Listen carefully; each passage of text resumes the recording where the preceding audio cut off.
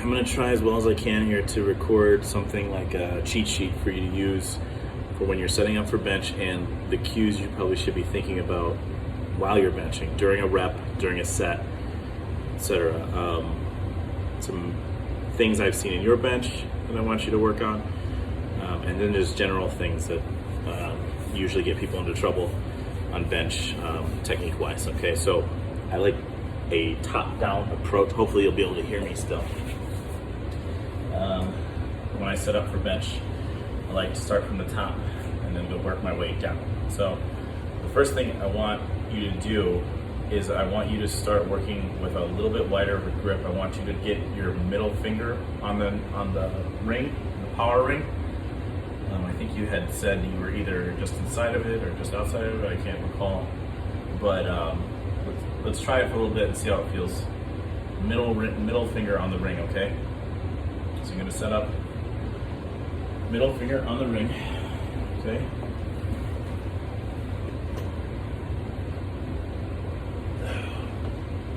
First thing I like to do is get my back flat to start with, okay?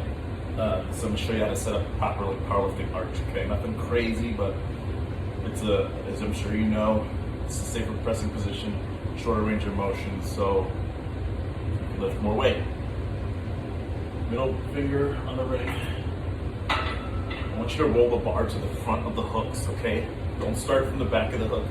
Start from the front of the hook. There's space in your hooks, in these.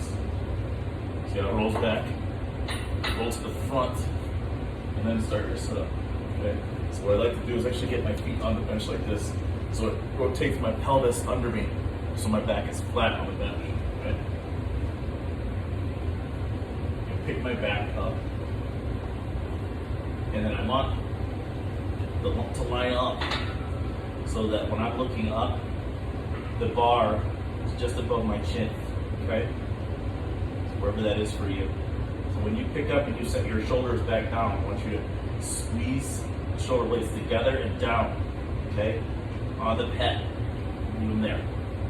Okay, now your butt's in the air, right? What you want to do is try to keep your chest up while you put your butt down as far back as possible.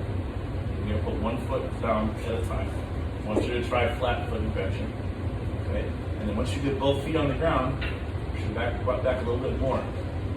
You're gonna be driving your knees out now the entire time. So shoulders are together, butt's down on the bench now, chest is up. You're trying to reach your chest to the bar the entire time.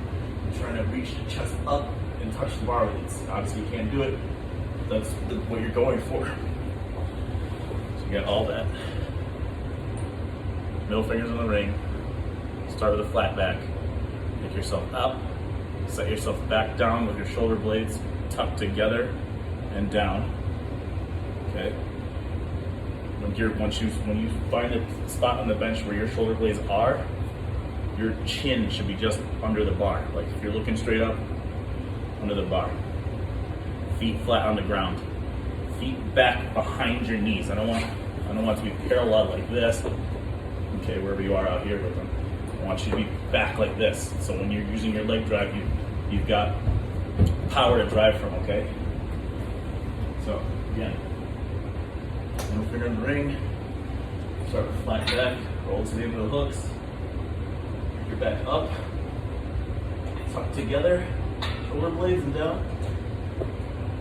one foot down, other foot down, push your butt back a little more. Now you're doing leg drive the entire time. A lot of people wait until they start to press to use their leg drive. I want you leg driving the entire time. What I want you to think about for your leg drive is you're trying to push yourself that way off the bench, like you're gonna just shoot off the bench that way. That's what you're trying to do. The way I explained it to Craig when I was teaching him was to imagine he was doing a leg extension. The same when you're on a leg extension machine, the same feeling. You want that same feeling in your legs. Against the floor though, you're using the floor to drive yourself away, okay? You're driving the entire time, from the point you unrack to the set is over, to the rep is over, you're leg driving the whole time, okay? As hard as you can. Okay, so bring, set up, shoulders, feet down, chest rising up to the bar. When you unrack, I want you to lift your butt off the bench to unrack. Okay? It makes it a lot easier, especially if you're lifting by yourself. You get the weight out of the rack a lot easier. Okay? When you're here, I want you to bring the bar down, leg driving the entire time. You're trying to meet the bar with your chest. So your chest is, you're rising your chest up, and then you're trying to follow it back to the rack with your chest. Okay? This keeps your shoulders locked in place. So you're bringing it down, leg driving the whole time, trying to meet it with your chest, and then you're following it back. Okay? You bring the bar down. I want you to bring it down so it lands right at the base of your sternum. And when you push it back, it should land right over that point in the beginning I was telling you about, where when you set up, that bar is under your chin, or just at your chin. That's where I want the bar to end when you press out. Okay? So down here and up there. It kind of follows a trajectory back towards the rack. Okay? I think you had mentioned maybe you had a problem with your butt coming off the bench.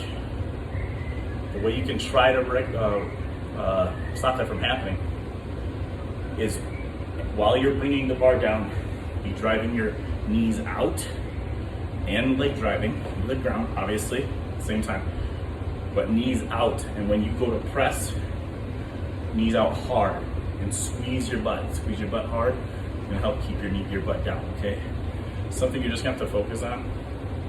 If it's a problem of yours, you're gonna have to focus on it. Okay. I think that's the majority of the setup and bar path. Things you'd want to be thinking about. Squeeze the bar in your hand super, super hard the entire time, okay? No loose hands. Squeeze it hard, okay? And you want your wrist like this when you're holding the bar. You want it like this, not back like this with the bar, not like that, straight like this. So when you're pressing, you're punching the ceiling, okay? You're not doing like this, because the bar tends to want to roll back this way, and you're losing a lot of power that way. You want it stacked right over your wrist, that bar, okay? So when you drive, you're driving like that, you're punching the ceiling, okay? That's what I'm thinking, I'm punching the ceiling every time I'm punching the ceiling when I take my reps.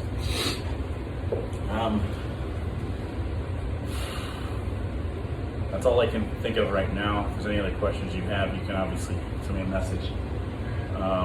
If there's anything I didn't cover or things you're confused on specifically, obviously reach out, and then I'll either try to make another video or we can just DM and get it figured out. I hope that's a good starting point for you. You can like fast forward and rewind to parts of this that were maybe confusing or you didn't get. Or I'm sure you've heard a lot of this already. It's just I want to make sure we're on the same page as far as technique for bench goes.